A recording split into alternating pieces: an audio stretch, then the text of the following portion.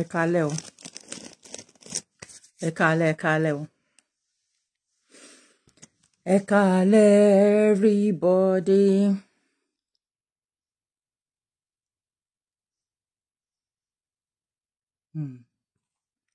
Ẹ káalẹ́ everybody.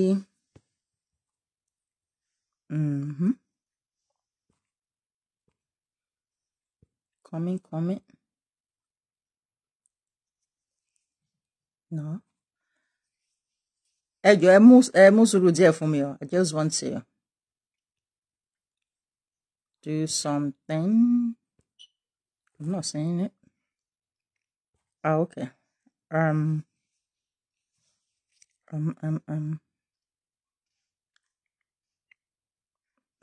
I wanted to write my number there. It's fine. Ẹ káalẹ́ everyone no. Ṣé dáadáa la bá yín. Good evening. Abdulatif Moshood. Good evening. Ẹ káalẹ́ o. Ẹ jẹ́ ká dúró díẹ̀ káwọn èèyàn wọlé o. Ẹ káalẹ́.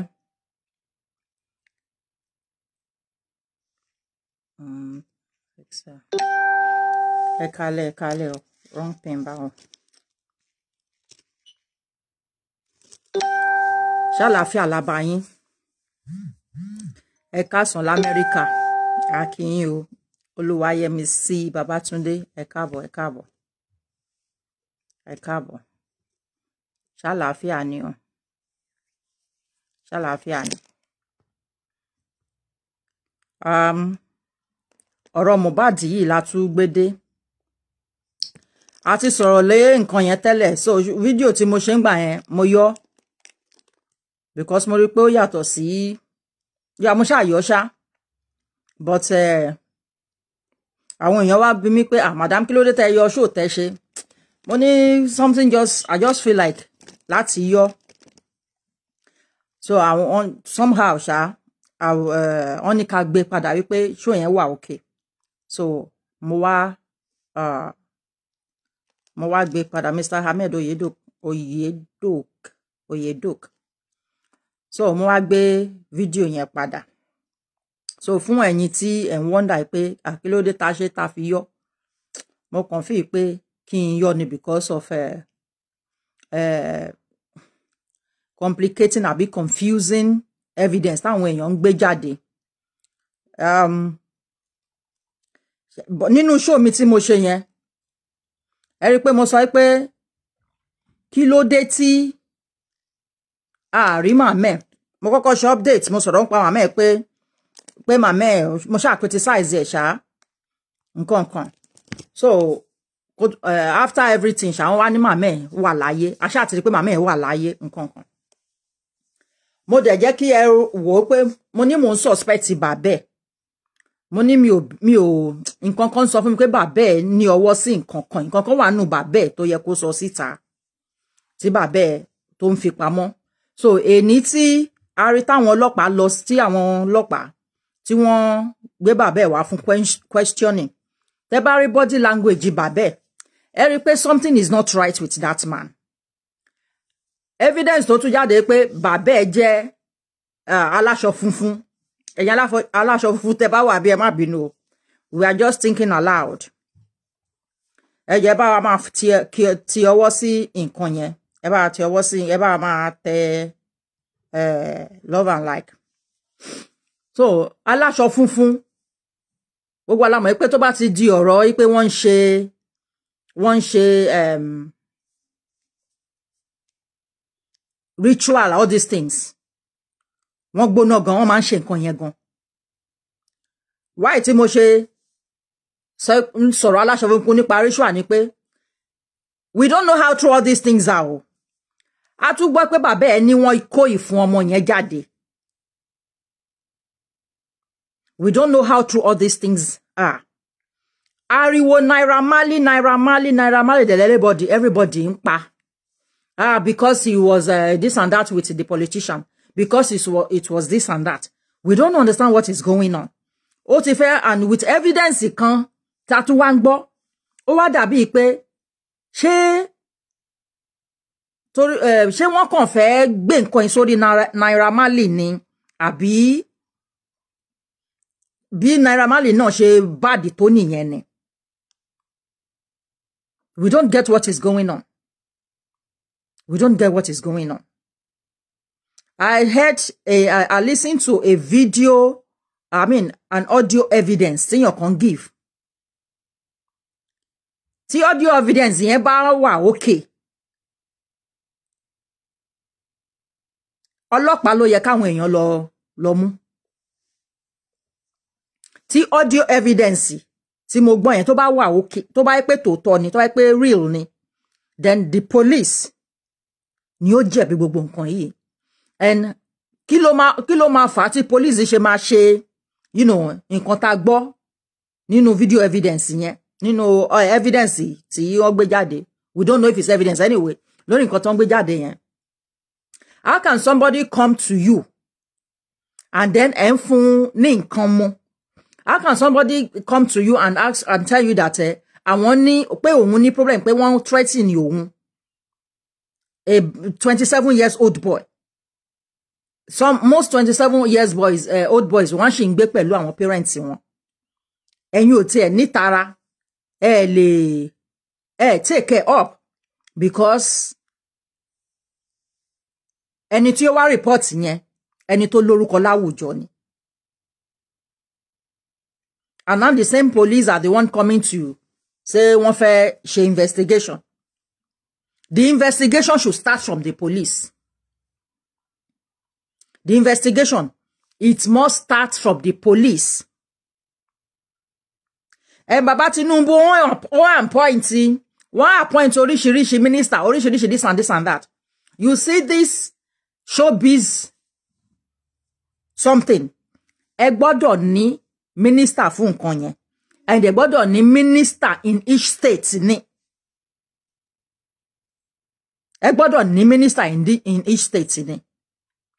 Tó bá yẹ pé gbogbo nǹkan tá ń gbọ́ pé òótọ́ ni, then ewu ń bẹ lóko lóńgẹ́. Ewu ń bẹ lóko lóńgẹ́. Ọmọ kúta ìkú ẹgbẹ́ ṣé mo sọ nínú fídíò yẹn pé ọmọ tó jẹ́ ọmọ ológo, èmi ò mọ òbí tó máa gbọ́ pé ọmọ òun kú suddenly tó dẹ̀ máa lọ rí ọmọ yẹn mọ́lẹ̀. Wọ́n tún fẹ́ rí mọ́lẹ̀ ni, wọ́n á lọ rí mọ́ ibi ìdọ̀tí sínú pósí, pósí 25,000 naira according to the father. Pósí tí ò tún kún ṣe size ẹ̀. Ọ̀gá Abọ́lájí dey give me fake star ni. Tí kò tún kí ń ṣe size ẹ̀. Ṣé rí pé questions pọ̀ tí a máa answer. Tó bá yẹ pé nǹkan tí bàbá yẹn sọ o, tó ní bàbá yẹn sọ, èmi ò tí ì rí fídíò tí bàbá yẹn ti sọ, but mo á rí táwọn èèyàn analyze, wọ́n ní bàbá yẹn sọ pé wọ́n yọ ìfun ẹ̀. Tó bá yẹ pé tòótọ́ ni wọ́n yọ ìfun ẹ̀ ni, the father has questions to answer. Àwọn èèyàn lè rò pé kí ló dé tí mi ò sọ̀rọ̀ màmẹ́, ṣebí màmẹ́ náà ṣe kíníkan. Ṣẹ́rí, tí ẹ bá fẹ́ ọkọ níbi tí wọ́n ti fìtínà yín, gbogbo iye yín máa sá lọ. Ẹ máa ní inferiority complex. Ẹ ní lè stand, ẹ tí ẹ ní lè stand fúnra yín, not to talk of stand for ọmọ. Ìyá ọmọ yẹn èmi ò rí blame tí mo lè blame as at now. Mi ò rí blame tí mo lè blame. Because ẹni tí ò bá kò lè mọ nǹkan tó ń ṣẹlẹ̀. Ẹ rí pé woman yẹn gan ò kì í ṣe èèyàn kan tí ó ní àpọ́n lọ títí. Ẹ rí pé step mother ọmọ yẹn èèyàn burúkú kan, èèyàn burúkú kan ni. Ẹ dẹ̀ rí pé bàbá yẹn náà èèyàn burúkú kan ló máa jẹ́, ó kàn pretend ni. Tó bá dẹ̀ jẹ́ step mother àti bàbá ni wọ́n jọ dá church ilẹ̀, then there is ojú gbọ́dọ̀ wà lára wọn. Ojú gbọ́dọ̀ wà lára tó wáyé pé àwọn méjì yẹn náà jọ dá church yẹn lẹ̀. Because a ti rí bàbá náà tó ń jáde ńsìn, tóun náà ṣe bíi pé ó dàbí èèyàn tó ń sọ fún pé kó go ẹ tó lè jáde o gbọ́dọ̀ pa ọmọ ẹni. Bí bàbá yẹn ṣe ń ṣe lójú tèmi nìyẹn. Ó ń ṣe bí ẹni tí wọ́n ti ríran fún, pé wọ́n ń yé ríran èké. ní gbogbo this white garment churches ó ń ṣe bí ẹni tó ń ti ríran fún pé kó go ẹ tó lè yọ ó gbọ́dọ̀ pa ọmọ ẹ̀ ó dàbí pé nǹkan tó ṣẹlẹ̀ ńbẹ̀ yẹn ni èmi ò ní nǹkan tó ṣẹlẹ̀ mọ́ ní but ó dàbí pé nǹkan tí ó ṣẹlẹ̀ ńbẹ̀ because èmi ò rí ẹni tí ó ti tẹ́ bá rí latest video gan tó ṣe aṣọ ọmọ yẹn ló wọ̀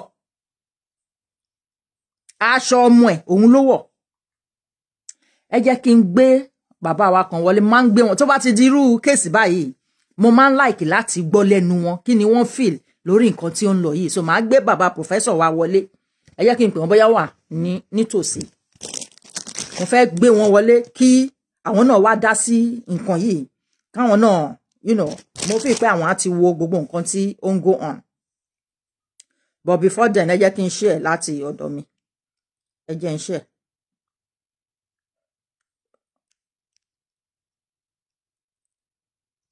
But then ẹ jẹ́ kí n kàn fi orin boy yẹn kí kórin yẹn máa kọ lọ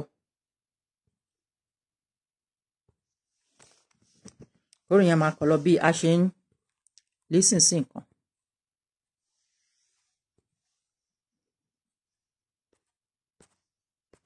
mo ń bọ̀ ó bójú mi.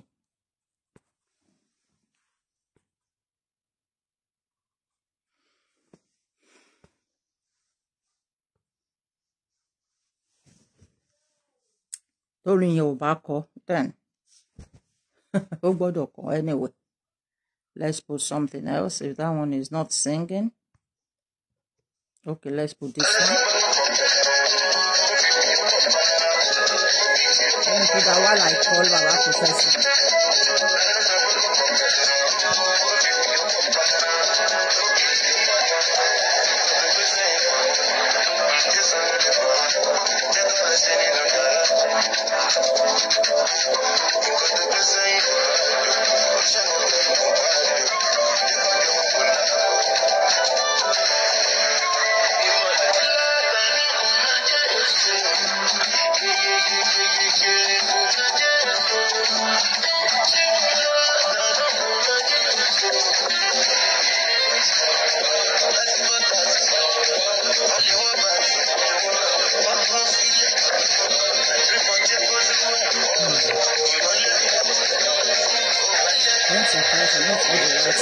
It cannot be all the white garment churches now. Global Lodge, all the white garment churches. So kò yẹ kí apá ogun Nàìjíríà wọn ni.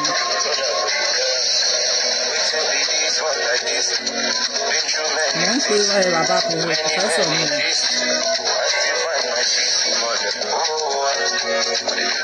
Ó ń rìn jù lọ́dọ̀ wọn but wọ́n ti gbé. Hello sir.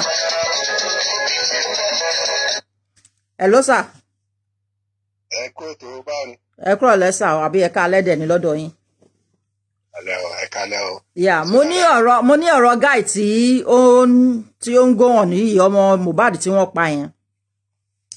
Mo ní ọ̀rọ̀ yẹn pé màá like láti discuss ẹ̀ pẹ̀lú káwọn èèyàn wá tún gbọ́ opinion from another person. So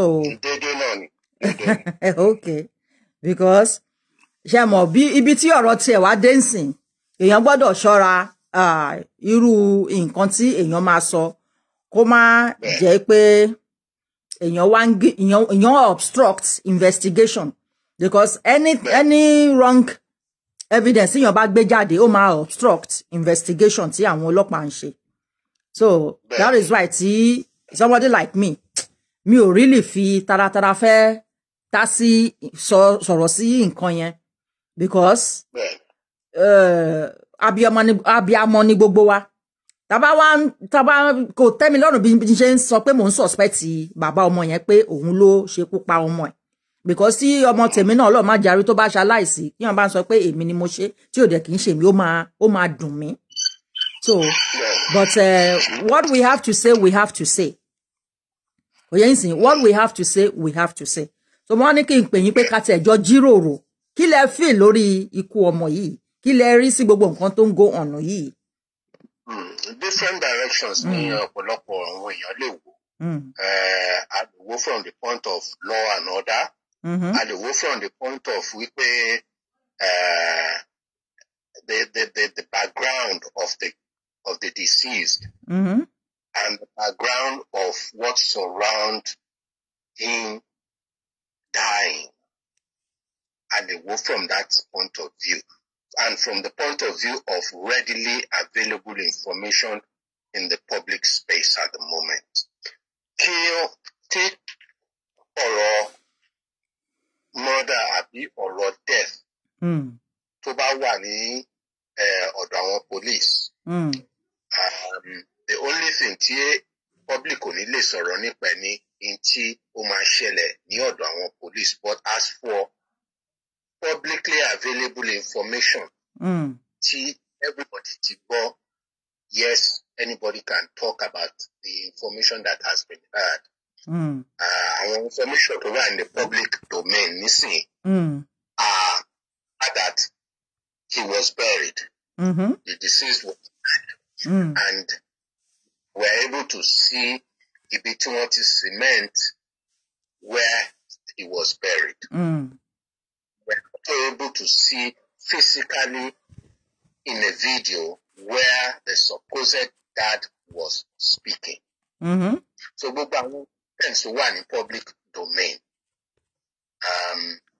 People are free to talk about what they have seen and what is freely available. In táwọn èèyàn ò lè sọ̀rọ̀ nípa ẹ̀ ní, let's say táwọn èèyàn máa suggest wípé kìíní kan ló ṣẹlẹ̀, nǹkan kan ló ṣẹlẹ̀, láì ṣe pé bóyá has been confirmed by the police. But as wípé a rí ibi tí wọ́n cement, tí wọ́n sọ pé wọ́n sin sí, people can talk about that. People can talk about the very fact that he has died, and that he died in very dubious circumstances. People also know publicly that this singer has made a public complaint earlier. Ẹ jẹ́ ká fi one of the complaints sí ọmọ yẹn, ẹ jẹ́ ká fi hàn àwọn viewers wa. Ẹ ṣeun. Yeah. One of the nǹkan tó sọ. Èmi máa ń lo drug o, níbi kí n mú mi yẹn, omi ẹni bọ́tú ẹ̀ta ló wà ókè. Èmi nìkan mú mi, kò sẹ́ni tọ́tọ̀ lé kó mú mi àrùn. Wọ́n nìkan wà láìtàlẹ̀ ògbọ́n ọlọ́run tó dábì rí mi ní pààrọ̀. Mo máa ń fọkàn sọ́yà lọ́bi dé wà fún mi. Ìgbà tí mo wá dá mọ̀, wọ́n wá ní pé àyèmí o, pé mi báyìí o, ìgbà èmi ò ṣe gbọ́gbọ́n náà. Èmi tó láwọn ọmọ lórí. Tó láwọn ọmọ tó dé mi gbogbo ló gbàjà, mo sẹ́ẹ̀bù sínú nínú fídíò yẹn. Àwọn sínú náà ní jírí. Ọmọ àbíwọ́ sílẹ̀, ọmọ adídéyé mi máa bọ̀ lé. Ibi ó ṣe kí èmi máa bọ̀ lé o. Ẹni kan wọ̀nyí sí wa bẹ́ẹ̀, so wọ́n á tweet ibẹ̀ sílọ́lítì. Nínú fídíò yìí, ó dàbí ìpò sọ pé òun save Zino. That is the other lẹ́gẹ́lẹ́gẹ́ guy. Ipe, but àwọn Zino náà tún wá ń ti òun. Ẹ jẹ́ ká tún ẹ má bínú sá, ẹ jẹ́ ká tún gbọ́ ẹ jẹ́ kí. MOHBAD sílọ́lítì yìí, ó yẹ. Ọba ìwé kí lọ́lọ́ gbé káàkiri. So kí ni ìwọ wáyé pọ̀ méjì ni MOHBAD sílọ́lítì sí ẹ̀ sílọ́lítì lọ́fẹ̀ yìí. Ẹ jẹ́ kó tún sọ̀rọ̀ yẹn lẹ́ẹ̀kan sí. Jẹ́ ànádà wo, ọba fún mi nìkan mú. Èmi máa ń lo drug o, níbi kí n mú mi yẹn, omi ẹni bọ́tú ẹ̀ta ló wà ókè. Èmi nìkan mú mi, kò sẹ́ni tọ́tọ̀ lé kó mú mi àrùn. Wọ́n nìkan wà láìtàlẹ̀ ògbọ́n ọlọ́run tó dábì rí mi ní pààrọ̀. Mo máa ń fọkàn sọ́yà lọ́bi dé wà fún mi. Ìgbà tí mo wá dá mọ̀, wọ́n wá ní pé àyèmí o, pé mi báyìí o, ìgbà èmi ò ṣe gbọ́gbọ́n náà. Èmi tó láwọn ọmọ lórí. Tó láwọn ọmọ tó dé mi gbogbo ló gbàjà, mo sẹ́ẹ̀bù sínú nínú fídíò yẹn. Àwọn sínú náà ní jírí. Ọmọ àbíwọ́ sílẹ̀, ọmọ adídéyé mi máa bọ̀ lé. Ibi ó ṣe kí èmi máa bọ̀ lé o. Ẹni kan wọ̀nyí sí wa bẹ́ẹ̀, so wọ́n á tweet ibẹ̀ sílọ́lítì too. So this is one of the things. MOHBAD sílọ́lítì yìí, ó yẹ. Ọba ìwé kí lọ́lọ́ gbé káàkiri. So kí ni ìwọ wáyé pọ̀ méjì ni MOHBAD sílọ́lítì sí ẹ̀ sílọ́lítì lọ́fẹ̀ yìí. So ẹ máa sọ̀rọ̀ yín lọ sà, one of the nǹkan tó sọ kí ó tó. That's one of the video evidence of its worries about his treatment. Then. Now, if it wants to play video tape play missing. If I'm mistaken, he was not exactly in custody, but he has been over to the authorities for questioning. Maybe to play a video tape playback missing. That's where he was given some liquid substance to drink. Benny. As for his death itself, we will not be able to link this video to his death, but we are able to listen to this video on a face value. We pay maybe custody with some other people. Out of all the other people, he was the only one given substance, liquid substance, drink. And he himself was suspecting why him from this video evidence, because Tomatema present evidence about anything in court. Video evidence is a very stronger evidence than what other people have seen as a witness. So if we were to go by this sort of evidence, we would have said that this particular evidence portrays him being given substance against his will. The way he was portraying it in this video, he did not, one way or the other, let us know whether he resisted having to take the substance. Only one sọ pé torí pé òun máa ń lo drugs. No ṣe fún òun ní nǹkan yẹn mú, according to video yẹn. He wọ́n sọ pé òun máa ń lo drugs. So we video evidence in this, the only thing we saw was his own maybe he was suspecting why he was given the content to take. Yeah. So that was his complaint in this video. We are unable to say that this video leads to something else. So that's one thing. But we have seen evidence that he was not happy about being given something any kind to of drink. substance for him to drink. And he was very, very weary about it. In fact, Ben. So nǹkan tí òun sọ, nǹkan tó sọ ńbẹ̀, ó ní lẹ́yìn ìgbà tí wọ́n fún òun ní nǹkan yẹn mu. Ó ní wípé òun protect àwọn kan, àwọn colleague ẹ̀ ló ń protect. Ó ní àwọn colleague ohun tó òun protect yẹn pé àwọn yẹn náà tún wá ń ti òun. So kí ni ṣé ṣàkọsẹ́ mọ̀ pé one thing ní pé kéèyàn wo video ta playback. Other circumstances to lead the same video yẹn show wa. We are able to confirm or deny pé into lead sí video yìí nìyẹn. But he himself, by what he has said in the video, is that he has taken substance almost purporting that it was against his will. And he himself is weary of the substance.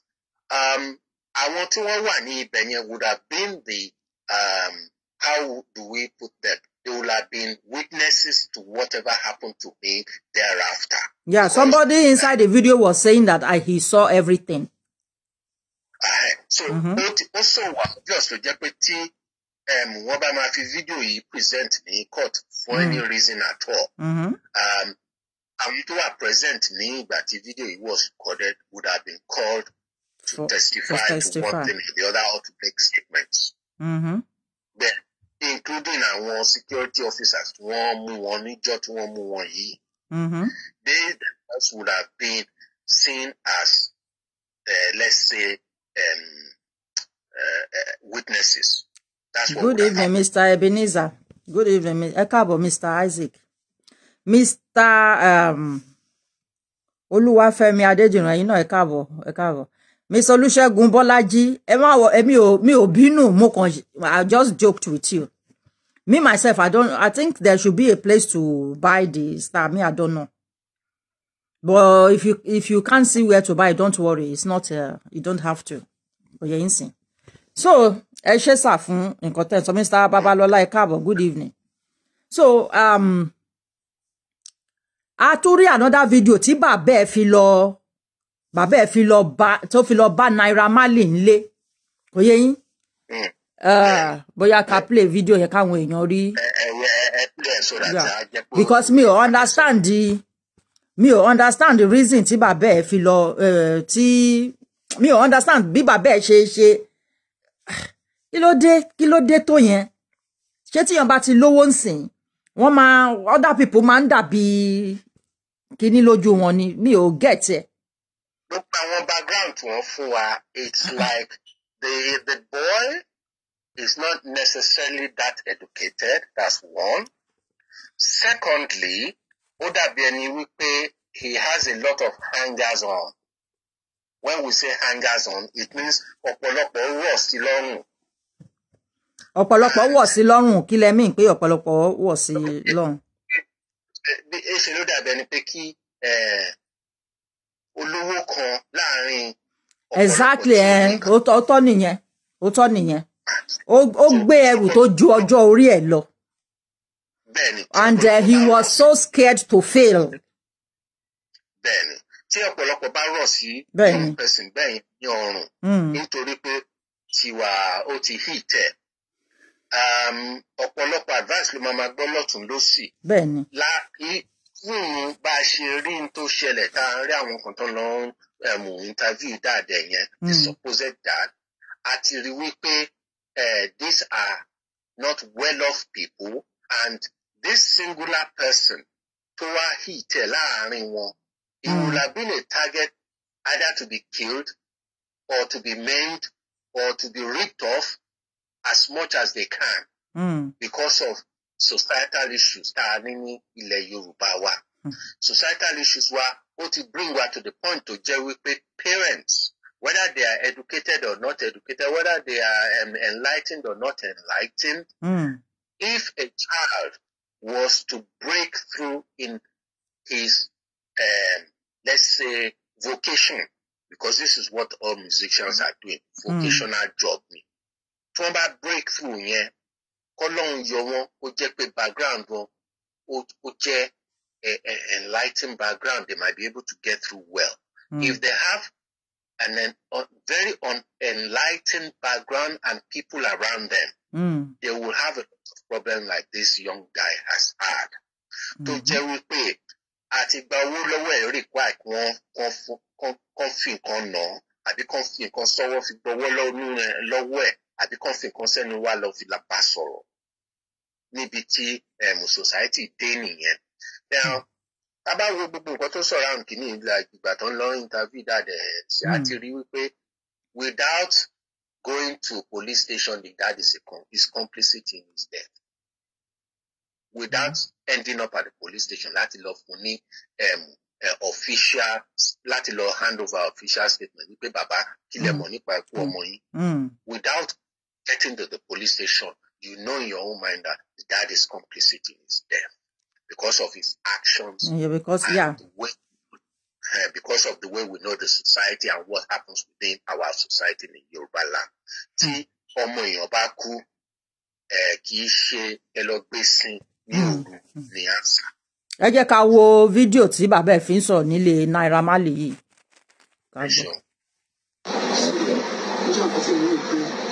Ẹ má bínú kò loud.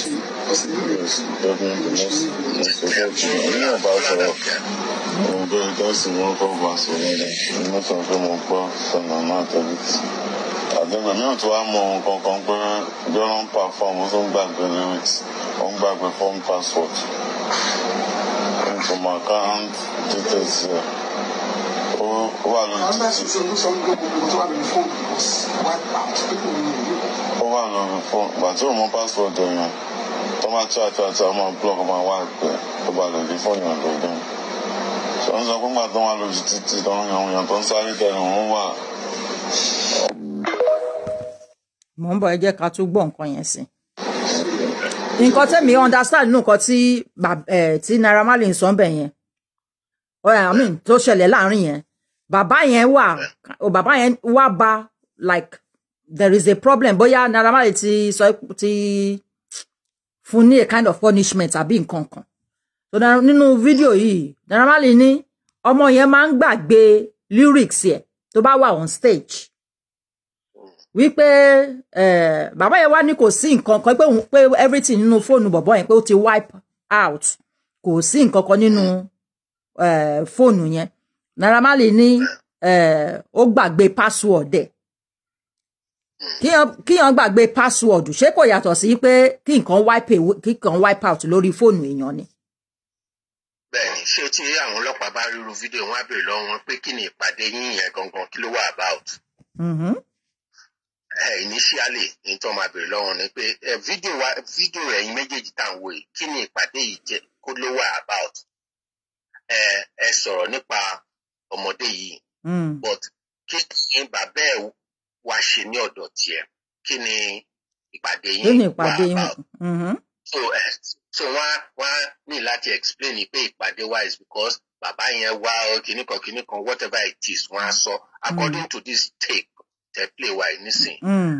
Ẹni tí àmọ́ background ẹni tí bàbá yẹn bá dé ọ̀dọ̀ Naira Marley ó difficult láti sọ pé discussion wọn bí tán ti ń bàbò ní tó fi débi pé wọ́n ń sọ̀rọ̀ nípa into content tó wà lórí mobile phone àti whether his mobile phone was either locked or content is disappeared.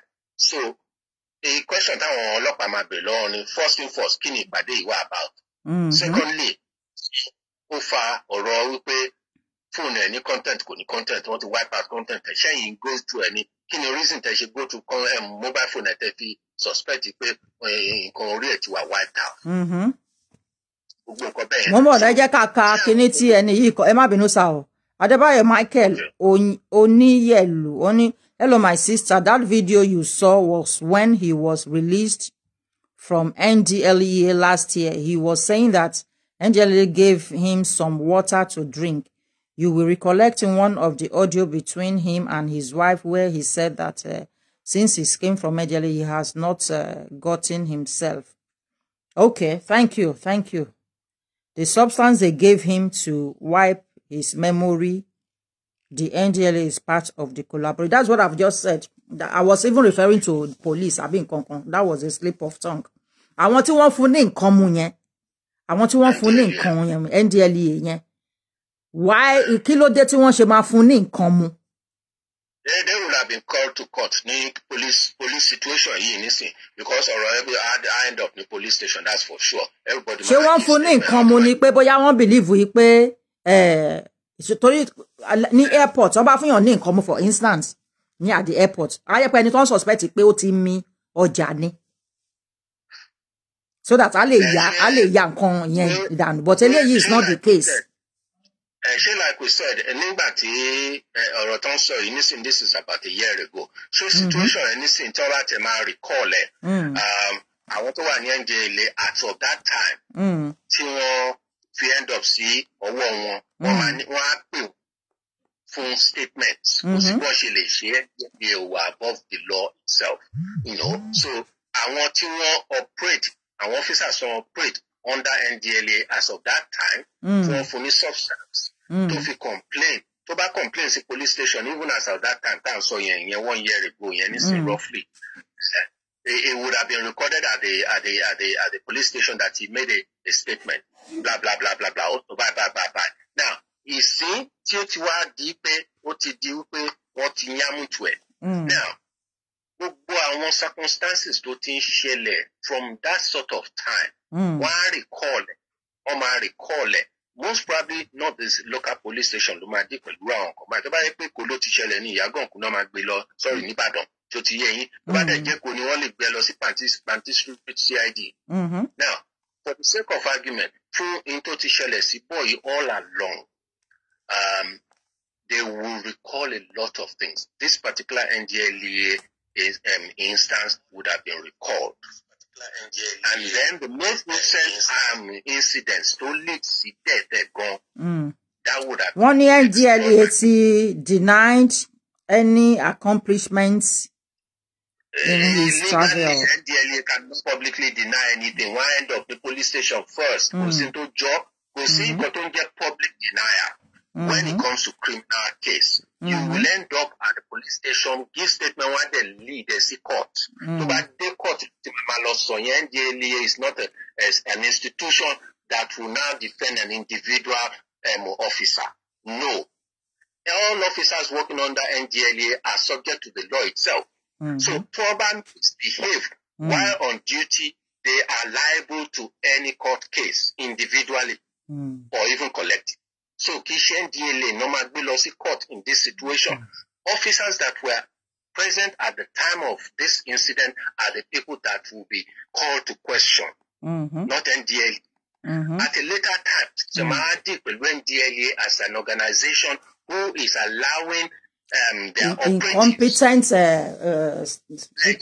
act in an incompetent manner. So, but initially, our officers to present at the time, the boy in so substance and normal call by the law.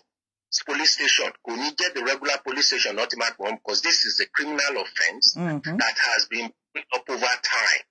So while the Nigerians have always misled in incidents of this nature, if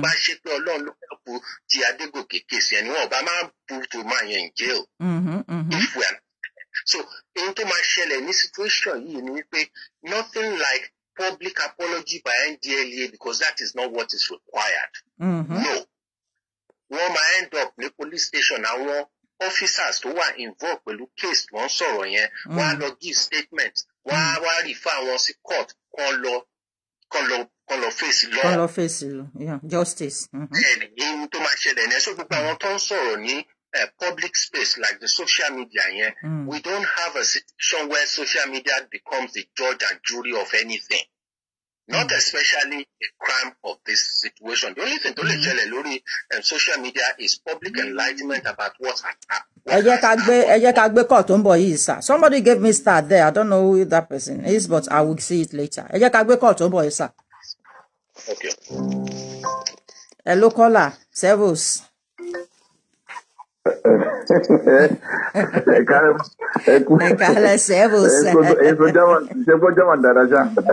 I'm all school then. So. Okay. That's the program. Go on, song. So, you told the camera at the Tanolo. Call of MOHBAD. I'm a date in Tanolo when you ask you a lot of MOHBAD. The Tanolo look here, roll camera at the Sherry, Lord, Talon, Festor, call of MOHBAD, call of Jacori. I'm a day or don't say along as a crocodile city MOHBAD, no.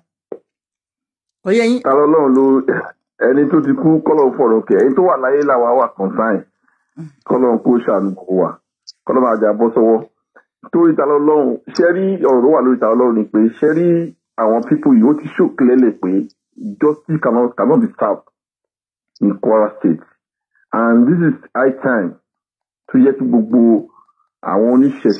Bubu, I want to share. Bubu, I want to share from total what one high profile in Nigeria. Come get one informed. Come make sure engage to it before it's too late. Because our people here, offer make sure, offer Leo Talon, go baby, Kowali, go shake lower, Kowali, carry out their evil plan on him. And Bauli, you have baby, and so she said, okay, roll it to this case now. And so to get go, any FUNIP. And besides, Bubokote and so he is valuable. What they put along on commit offense he we got bail house. Why should they remind him like that? Oh, see that now. So in motion try no, we are employing to government today the Olubadan and all the allies of Ibadan at your vast like could be day. What is okay? One for one less police exclusive pay on Moliere, on collage dressy, on bad on the bit of wine. Is that a good genuine something? So on Moliere log Benibado. What to happen? Tabashin lo and lawyers in one, we will keep on hearing the same story. Tabashin lo and lawyers in if you found lawyers in Tigba. So Ejaki I continue lo. I'm at Dodo Tani Olorun ko yeyin. Because she am ko mo gbeyan wa sórí ètò ni. So okay. Ẹ má bínú. Okay. I'm sọ̀rọ̀ Tani Olorun, we have not forgotten. Okay. Ẹ rí pé mo kọrúkọ ẹ̀ náà síbẹ̀ yẹn. We have not forgotten. Ẹ ṣé. Yeah. Okay, good so much. Yeah, thank you very much. Thank you. Ṣé ìbínú o? Yeah.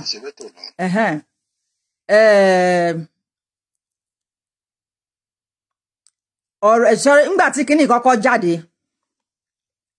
Ìgbà tí ọ̀rọ̀ yìí máa kọ́kọ́ jáde tí àwọn èèyàn máa gbọ́ nǹkan tí ó ṣẹlẹ̀. Ẹnu ọ̀rẹ́ Mohbad láti kọ́kọ́ gbọ́. Ó yé yín? Ẹnu ọ̀rẹ́ Mohbad láti kọ́kọ́ gbọ́ pé Mohbad ti kú. Àwọn tó fídíò tí wọ́n ti ń gbé Mohbad. Wọ́n ṣò fídíò tí òun àti Mohbad ti wà nínú káà kan náà. Bẹ́ẹ̀ ni, wọ́n ṣò fídíò yẹn but èmi kàn fẹ́ ká gbọ́ ọ̀rọ̀ ẹnu ọ̀rẹ́ Mohbad yẹn ni. Bẹ́ẹ̀, no problem. Yeah, ẹ gbọ́ nǹkan tí ó sọ. Hello everyone, I go by the name Prime Boy and I keep seeing a lot of rumors out there. Something happened on Sunday, this happened on Sunday, maybe that leads to death of Mohbad. Nothing happened on Sunday. Nothing happened. We were fine from the island. Mohbad text me on Saturday. We could come to the island. We could open a video call. Because anytime I see his call, I'm always happy. I was actually cold when he called me then. So he called me, okay, come. So I have to go because I called him when he was at Nairobi. I have the screenshot of the video here. He always called me, stay there, let me pay me. Pay this, that. Ibrahim, can you come? I gain a lot from Mohbad every time. Man gain me. So tell me, that no man gain it. That no way gain it. Why would I do that? I don't even fight with Mohbad. Do you even know who Mohbad is to me? Mohbad is my childhood friend. Timo, my close friend. And Timo in the industry. Mohbad took me to Bella Shmuda's side, and Bella Shmuda gave me a good of 700k. Mohbad man fún mi ní free access láti wà láàrin àwọn èèyàn. So fún mi ta ló fẹ́ dàbí ọ̀rẹ́ mi báyẹn. I realize saying I kill him. Gbogbo ẹnikẹ́ni tó bá sọ pé mo pa ọ̀rẹ́ mi. Ọlọ́run máa dájọ́ ẹni yẹn àdàbí tí bá náwó nú ẹnu. Because that Sunday what really happened, me and Mohbad was on stage together. And Mohbad is fucking high that day. Because so he sat down in his car after we came down from the stage. So Mohbad was joke CB by. I sat down there and his wife was in our middle. So I don't know anything that happened. He wants to get out from the car. And I was like, don't come down. Oh yeah, wait, let me go and clear the road. So me coming back to the car, I told Mohbad, see, Zlatan, because that Sunday what really happened, me and Mohbad was on stage together. And Mohbad is fucking high that day. But won't say nothing happened, after we came down from the stage. From the beginning of the talk, only nothing happened.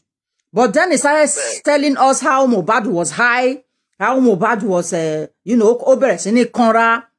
he said nothing happened. But òun la rí video tó bẹ́ síta tó ń sọ pé Mohbad is dead. Ṣé wọ́n join ní video, old video àti new video pọ̀ ni because àti gbọ́rí náà tí wọ́n sọ pé ọmọ yẹn ti like a faking death. Wípé ó ti ṣẹlẹ̀ rí. You understand?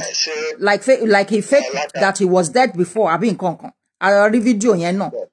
But this one, guy yìí ni mo kọ́kọ́ rí tó tí wọ́n gbé video yẹn jáde pé tó dẹ̀ ń sunkún pé Mohbad is dead, Mohbad is dead nǹkan kíníkan. So ṣé ọ̀rẹ́ yìí ṣé kò tó funra sí ni because Mohbad himself said it.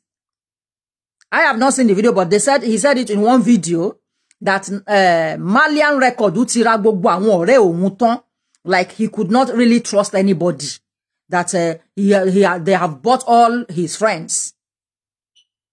So what do you think about this friend? Well, like I keep saying, video evidence ni gbogbo nǹkan tí ó wà available in public space. In tí ó likely kí ó ṣẹlẹ̀, everything becomes circumstantial unless, of course, we know exactly pé ìwọ ó wà pẹ̀lú ẹ̀ nígbà tó kú. Tó bá jẹ́ pé ó wà pẹ̀lú ẹ̀ nígbà tó kú, then definitely ohun tọ́lọ́pàá kan máa fẹ́ mọ̀ ní pé kí ni tó ṣẹlẹ̀, báwo ló ṣe sẹ́mi, níbo lẹ wà nígbà tó sẹ́mi, kí ni tó ṣe gangan, gbogbo ilé tó ń sọ nínú tape yìí nísìn wọnú police station wọ́n lè gba létí gan tó bá bẹ̀rẹ̀ sí ṣe ìrànràn yìí because lọ́dọ̀ àwọn police this is nonsense wọ́n á ní pé kí ni níbo ni wà tí ẹ wà ní alẹ́ ọjọ́ tí ó pass away. Because up till now mi ò tí ì gbọ́ kéèyàn sọ pé ibi tó kú sí rèé o I have not heard it. Èyí tí ó ń ṣẹlẹ̀ ní ibi tó kú sí rèé. ọlọ́pàá kì í gbé by gbogbo àwọn public stories tó ń lọ lórí social media. Tí wọ́n ní pé fair court Mr. Man, you are a suspect in this situation. Nobody says you are guilty until you have been proven guilty. But as a suspect, we would hold you in remand until you answer all the questions we ask you. Kí ni ìwà àti ẹlẹ́jọ́ wà nígbà tó pass away? Kí ló ṣe tó fi pass away? Ṣé wọ́n gún lọ́bẹ ni? Ṣé wọ́n fẹ́ gún mọ́ lórí ni? Ṣé ó ní heart attack ni? Or whatever. A sọ. Now, reason tí ọlọ́pàá ṣe máa bẹ̀rẹ̀ yẹn before they go any further is because they know there are witnesses and they know there are accomplices to this thing and they know whether you like it or not, if you didn't die a natural death, then there will be witnesses. Wọ́n ti mọ̀ yẹn. So, kò ní dé ọ̀dọ̀ ọlọ́pàá kó máa rant. Ọlọ́pàá fọ ní etí ní pé tí ó tó bá gbẹ́nu ẹ dákẹ́, níta bá bèrè lọ́wọ́ ẹ̀ ni kò dá wa lóhùn. Ó wà pẹ̀lú ẹ̀ ńgbà tí ẹ kúrò ní gígín. Yes or no? Yes, ó wà pẹ̀lú ẹ̀. Now, ẹ dẹ̀ kúrò ẹ jọ wọnú car, ẹ get out of that area. Nínú car kan náà. Níbo ni ó ti wá sẹ̀mí? Kí ni níbo lẹ lọ láti bẹ̀ yẹn? Ta ló drive yín? Ẹni tó drive yín náà, òun náà ó máa wà ní police station because like in the case of a death, gbogbo àwọn tó wà ní around that person nígbà tó kú becomes a suspect ní iwájú police. Because tí ó bá jẹ́ pé torí àwọn kan wọ́n ń sọ story wípé ó ní ear infection ni ló ṣe lọ sí.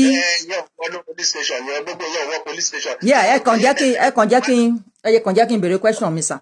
Wọ́n ní ó ní ear infection ni ló ṣe lọ sí hospital nǹkan kan then tó bá yẹ pé ó ní ó wá fún ní injection wípé ó wá collapse. Out of this weekend tó kọjá yìí. Nǹkan màá gbé audio yẹn síta tí mo rí. So bó ṣe fún ní injection yẹn pé ó wá collapse nǹkan kan wípé bí ọ̀rẹ́ ẹ̀ ṣe sá jáde nìyẹn tó wá ń sọ pé bọ̀bọ̀ yẹn ti kú. Then there is another video tí bàbá ọmọ yìí ṣe wípé ọmọ òun pé wọ́n ti dí létí wípé kò kí ń gbọ́ràn mọ́. So I'm just looking for what is the correlation. Wọ́n dí létí kò gbọ́ràn mọ́ ó ní ear infection ó légbò létí. What is the correlation of that? Ṣé ẹni tí mo ṣe ń sọ wípé ní public space tá a ti ń sọ̀rọ̀ yìí nísìnyí we can only go by gbogbo nǹkan tí ó wà ní public space. Behind the scenes ìpa bọ́ọ̀lù nìkan ló mátà sí police wípé ó di létí yẹn kò kan police wípé ó apẹ́ ẹ̀ lọ kò lè sọ̀rọ̀ yẹn kò kan police. Tó bá dẹ̀ kú tó bá dẹ̀ pé hospital ló kú sí ni. I think doctor wo ló certify ẹ̀ pé ó ti kú àǹtí yàn bá kú ṣé wọ́n máa ń gbé lọ lé ni àbí wọ́n máa ń gbé lọ sí mortuary. So because wọ́n tún jẹ́ ká mọ̀ wípé fídíò tí mo fẹ́ play nsìn bàbá bóyá landlord ni àbí mi ò mọ bí bàbá yìí ṣe jẹ́ ó ní alẹ́ tí ọmọ yẹn kú gangan náà fẹ́ sin. Ṣé gbogbo yẹn ní ọ̀dọ̀ police wọ́n skip ilé tó mátà jù yẹn ṣe rí ẹni tó kú yẹn kí ló pa nìkan ló mátà jù at first níwájú police kí ni tó pa níbo ló ti kú ìyẹn ló mátà jù ṣe rí tí wọ́n bá ti establish yẹn even àwa táwọn sọ̀rọ̀ ní orí public space báyìí a ní láti show enlightenment ní ọ̀dọ̀ tiwa náà otherwise it will now give àwọn tí wọ́n wà enlightened and keep wọn unenlightened still. We don't want a situation tó jẹ́ pé àwọn èèyàn máa gbọ́ ọ̀rọ̀ ní public space wọ́n wá ní gbọ́ ọ̀rọ̀ tó clear tó dágara ọ̀rọ̀ tó dágara ní pé èèyàn kú níbo ló ti kú that's the first thing. Ní táwọn tó kú yẹn èèyàn mélòó ló wà ní surroundings ẹ̀ nígbà tó kú ta ni ẹni tó wà níbẹ̀ driver wà níbẹ̀ that's for sure. Ọ̀rẹ́ ẹ̀ tá à ń sọ yìí So we are present, yes or no? To bá jẹ́ pé yes, then you're a suspect, you have to give statement. Báwo ló ṣe kú? Pa. Ṣé wọ́n gun náà bẹ́ẹ̀ ni? Ṣé wọ́n fọ́gùn mọ́ lórí ni? Ṣé ó kàn déédéé kú? Ó kàn dákú ni? Onígbà tó dẹ̀ dákú, kí lẹ ṣe? So those are the statements tí wọ́n máa ní police station. Wọ́n jẹ́ police station ó jẹ́ sọ nǹkan tí wọ́n béèrè lọ́wọ́ ẹ̀. Nítorí àwọn bá ti béèrè lọ́wọ́ ẹ̀ ó sọ. Because kò sí èyí tó kọ police pẹ̀lú etí ẹ̀ jí. Kò sí èyí tó kọ police pẹ̀lú ahọ́n ẹ̀ lọ. Kò sí èyí tó kọ police pẹ̀lú pé kán lẹ́sẹ̀. Tó bá jẹ́ pé kíkán lẹ́sẹ̀ ló pa níjọ́ ẹ̀, then that would be the case. Tó bá jẹ́ pé ẹnìkan fọ́gùn mọ́ lórí ní at the point of death ni, that would be the case. Gbogbo àwọn ọ̀rẹ́ ẹ̀ tó ń sọ̀rọ̀ yìí nítorí pé ọwọ́ ọlọ́pàá ò tí ì bà wọ́n ni. Tọ́lọ́ ọlọ́pàá bá bà wọ́n, ìpa nǹkan tọ́lọ́pàá máa fẹ́ mọ̀ ni. Táìmù ló kú, ọwọ́ bímbo ló ti kú, ṣé níbí ló ti kú ni, ṣé bẹ́ẹ̀ ló ti kú. That is all. When that is established, ṣe rí gbogbo yòókù á fall in line. Pé ẹ̀múra wọn gbé òkú ẹ̀ wọ́n wá fẹ́ sáré lọ sí lóru yẹn, gbogbo yẹn máa fall in line because by that time gbogbo ọlọ́pàá ti mọ ibi tó ti kú. Ta ló gbé dé. Ẹ jẹ́ ká play fídíò bàbá yìí tí ó ṣàlàyé bọ́n ṣe fẹ́ lọ sí ní òru yẹn.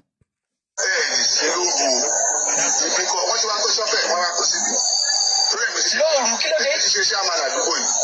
Mo lè ṣe deputy chairman sí ti ìwéga. Nípa àti Sátidé kò sí chairman sí ti ìwéga yìí. Mo ti act for some days. Lórí àwọn èèyàn pariwo pé ẹ̀kọ́ sì sin. Wọ́n ní pé ẹ̀kọ́ sì sin. Àwa yìí, èmi ni mo gbà kọ́ sí. Ooru ló fẹ́ gbé wá. Lọ́lẹ́ tó fẹ́ gbé wá, yàtọ̀ sí àárọ̀. Bí ìkọ́kọ́dá ló mú, mo ní bẹ́ẹ̀ ní sí lóru. Ibi kan wọ́n ti wá kó sọ́fẹ̀, wọ́n wá kó síbi. Lóòrùn kí ló dé? Ṣé chairman àdúgbò yìí? Mo lè ṣe deputy chairman sí ti ìwéga. Nípa àti Sátidé kò sí chairman sí ti ìwéga yìí. Mo ti act for some days. Lórí àwọn èèyàn pariwo pé ẹ̀kọ́ sì sin. Wọ́n ní pé ẹ̀kọ́ sì sin. Àwa yìí, èmi ni mo gbà kọ́ sí. Ẹ káàbọ̀ sáré fáṣọlá. Lọ́lẹ́ tó fẹ́ gbé wá, yàtọ̀ sí àárọ̀. Bí ìkọ́kọ́dá ló mú, mo ní bẹ́ẹ̀ ní sí lóru. Ó ga o. Irú bàbá wo nìyẹn náà? Irú bàbá wo lọmọ ẹ kú tí kò tiẹ̀ sí tara ọmọ? Òbí ẹni bíi pé wọ́n ti ń dúró pé kọ́mọ yẹn kú kán sí ni. Bẹ́ẹ̀ni, yẹrí gbogbo àwọn tapes tá à ń wò yìí, community side of the story ni ilé tá à ń wò yìí. That is the reaction of the community to what has happened. When it becomes a police case, gbogbo àwọn ilé becomes irrelevant. Èyí tó máa relevant ní ọ̀dọ̀ police ni pé man tí wọ́n kà ń rí tán tẹ play tape yìí nísìnyí á end up ní police station láti lọ give statement kí ni òkú wá dé ọ̀dọ̀ ẹ. Báwo ló ṣe gbọ́ pé ọmọ kú, báwo náà ṣe gbé dọ́dọ̀ ẹ, bó ṣe dọ́dọ̀ ẹ náà gbé wá nígbà tó ọmọ kú tí kì í ṣe hospital náà gbé lọ. Ṣé tíyàn bá kú ní Nàìjíríà tó ń bá fẹ́ sin ẹni yẹn wọn kì í gba a kind of document lọ́wọ́ ìjọba ni wọ́n kàn lọ sin ẹni yẹn bẹ́ẹ̀ yẹn ni. Get certificate. Ta ló issue ẹ̀? Ní hospital nìyẹn. Okay, ṣé wọ́n ti issue ẹ̀ fún àwọn bàbá yìí ni? Tí òkú bá kú, yẹrí illiteracy ní gbogbo táwọn òye o. Illiteracy mo kàn ń béèrè ni. Hospital náà ti máa issue death certificate because kéèyàn bá kú lè gbé lọ anywhere except hospital. Mr. Afọlábí Ọláwọrẹ wọ́n ní bàbá rẹ̀ sọ pé àwọn ìyàwó rẹ̀ ni wọ́n di létí tí òun kò fi gbọ́ ọ̀rọ̀ sí òun lẹ́nu mọ́. Orí bàbá yẹn ti yí. Ìyàwó ẹ̀ wo ló di létí? Ìyàwó wo ló di létí? A tún gbọ́ lẹ́nu àwọn kan tí wọ́n sọ pé ìyàwó ẹ̀ ń lo bẹ́ǹsì, bàbá ń lo tírọ̀kì. Ṣé wọ́n mọ̀ pé ìyàwó yẹn lọ́mọ sáyé sí ìlú òyìnbó ni? Ìyàwó yẹn lọ́mọ sí ìlú òyìnbó. So ó ti normal jù pé máa lo Benz. Ṣe rí sọ gbogbo ìyẹn social issues ní gbogbo ẹgbẹ́ ní police station níbi tí wọ́n ti ń dì pẹ̀lú murder case níbi tí wọ́n ti ń dì pẹ̀lú death and so on and so forth. Gbogbo àwọn background stories yìí wọ́n wà irrelevant sí policeman, wọ́n dẹ̀ wà irrelevant sí police station, wọ́n wà irrelevant sí court. Ọmọ kú less than 24 hours ẹ ti fẹ́ sin. Ṣé tí ẹ̀ẹ́dẹ̀ kì í ṣe Muslim? Tó bá tẹ̀ jẹ́ Muslim gan, tí ìpínlẹ̀ bá wà controversial, police máa dì pẹ̀lú àwọn tí wọ́n lọ sí.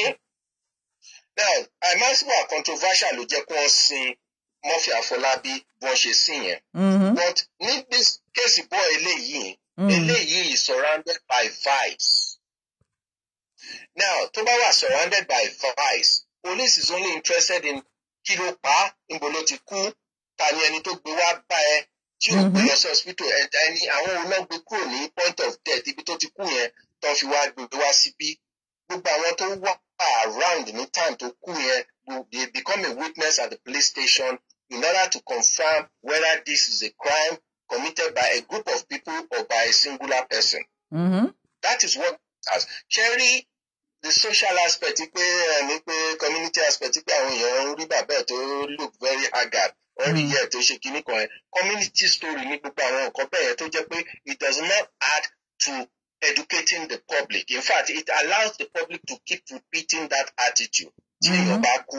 Ìyẹn là ń try láti avoid nígbà tí time Murphy. Ìyẹn là ń try láti avoid nígbà tí time Adégòkè. Now, if this societal issues is not corrected through social media and public awareness campaign, then we'll end up with people dying, and rather than talking about the cause of death, we'll be talking about àwọn tí wọ́n wá act after tó kú, because gbogbo nǹkan táwọn eléyìí ṣe yìí is their actions after the guy has died. But the point of death, the police might find out. Hello, so,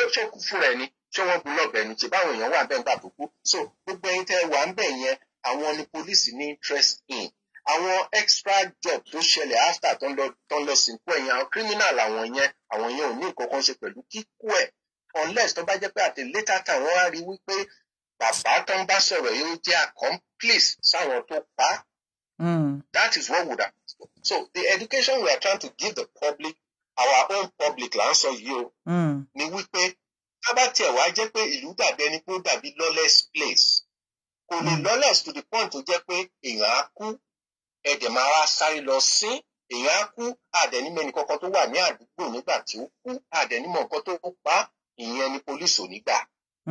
Kí ìlú lawless bẹ́ẹ̀ lọ.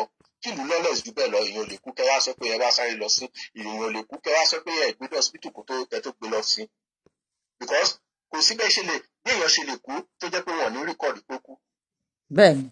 That is official, ó wà official. Tí anybody bá kú, ìyá àgbà ò bá kú, tí ìyá àgbà tẹ̀tí tó ti di 121 years old, tó bá kú ẹ máa kọ́kọ́ lẹ́yìn dẹ̀ ní hospital láti lọ rìkọ́ọ̀dù pé màmá ìjọ àjàsẹ̀ ní 2 o'clock o níjọba àbáyé o, so that wọ́n á lè sọ pé ibi tí ìyá ti kú rèé ní hospital, wọ́n á dẹ̀ fún ní certificate tó ti kú, ẹ wá gbé òkú yín kẹ́ lọ sí. Now that we have read her death. Now that would have happened to any death at all, whether it's arúgbó or not arúgbó. Tọ́mọ kékeré tó bá kú nígbà tí wọ́n bí, wọ́n á record ẹ̀ lọ hospital pé this woman kìnnìkan, who gave birth to a stillborn baby. Ẹ mú sùúrù náà sà, ẹ má bínú, just 10 seconds. Mr. Ebenezer ní màmá kò right kí family ìyàwó ragabo ọkọ ọmọ wọn. That is not what I'm telling you.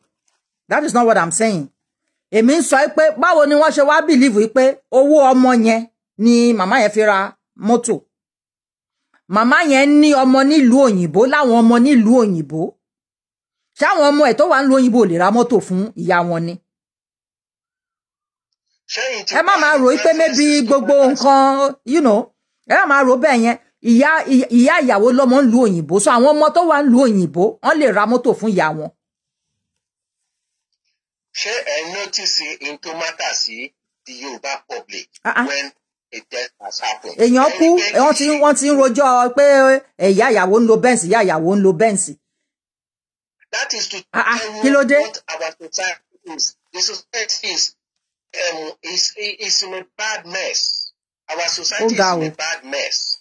Bad mess in the sense that social media ń jẹ́ ká mọ̀ pé a wà in a bad mess. Bẹ́ẹ̀ ni náà. Ṣé bá rí in tó mọ́tà sáwọn èèyàn, ẹ rí pé kì í ṣe kú ọmọ yẹn, wípé ìyá ẹ̀ ń pé bàbá ẹ̀ sí.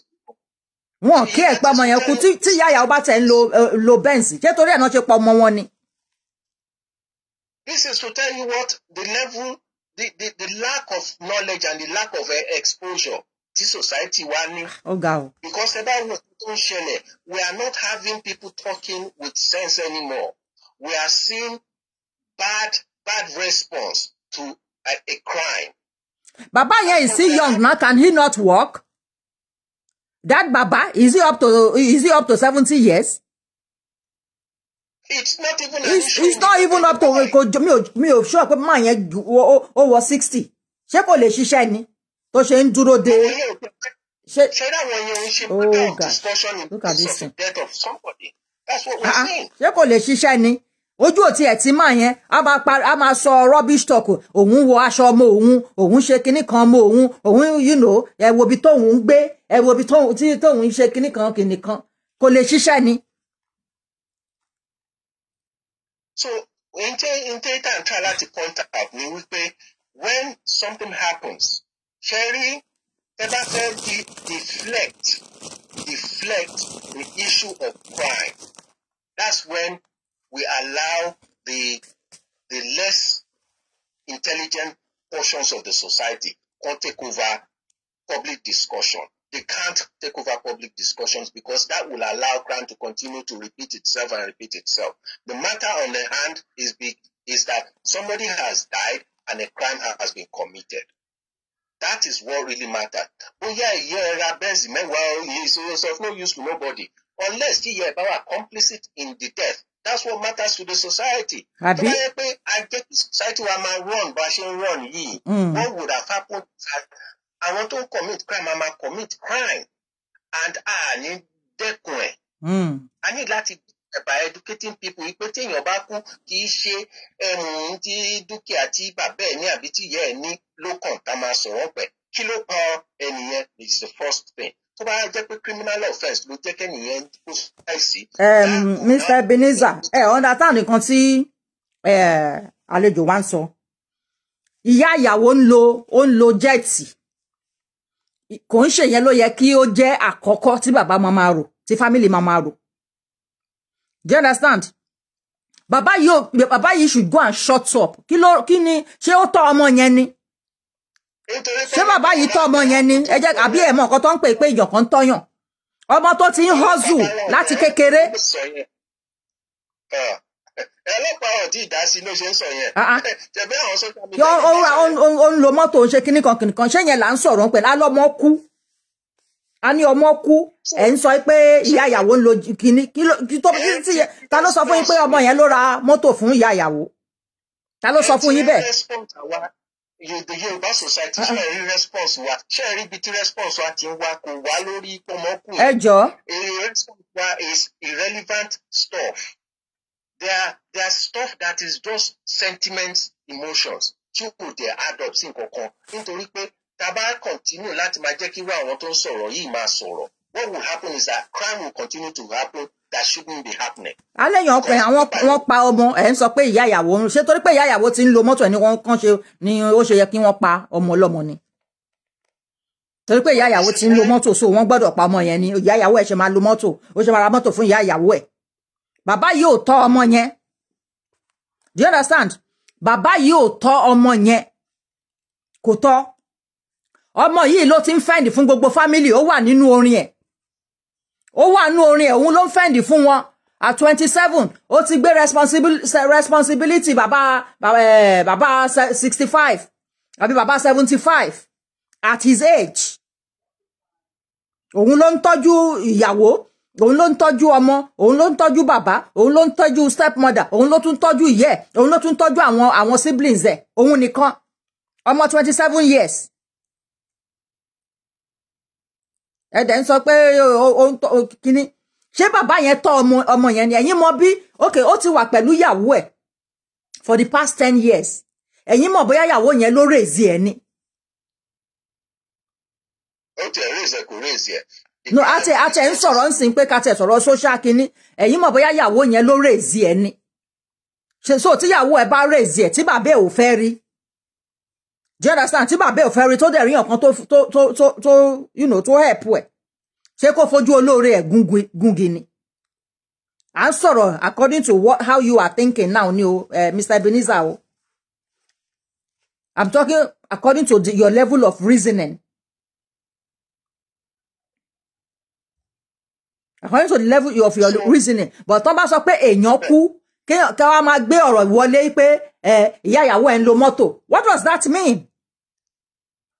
What does that mean? ṣé torí pé ìyá ìyàwó ẹ̀ ti ń lo mọ́tò ní kí ọmọ yẹn kú ni? Welcome sister Okikiola. Ṣé torí pé ìyá ìyàwó ẹ̀ ti ń lo mọ́tò òun ní kí ọmọ kú ni? Tẹ́yìn yìí bá jẹ́ ọlọ́pàá níbì kan ẹ máa dá ẹjọ́ wrongly o. Ẹ máa fi èèyàn tí ò jẹ̀bi sípò kà because of your level of reasoning. Nítorí máa ṣẹlẹ̀ nìyẹn. Nítorí ẹ̀ ní ìlú òṣètòrò because nígbà tí wọ́n bá ń di chairman ẹni tó sọ̀rọ̀ nísìnyí lè jẹ́ pé ẹni tó máa ń dagbádá bolẹ̀ ni tó máa ń ní sí wọn níyàn ńlá ni. Ẹ má bú àwọn fáǹsì mi o, ẹ má dé nìyẹn o. Ẹ jẹ́ kémi bá wọn sọ̀rọ̀. Ẹ má bú àwọn fáǹsì mi. Ẹ jẹ́ kó jẹ́ pé mi ni máa bú wọn torí wọ́n máa tolerate mi, wọn ní tolerate yín. Kò yé yín. So ẹ jẹ́ kí a tiẹ̀ gbọ́ orin ọmọ yẹn kan again. Ẹ jẹ́ ká gbọ́ mò ń bọ̀ no yá ẹ jẹ́ ká gbọ́ orin eléyìí.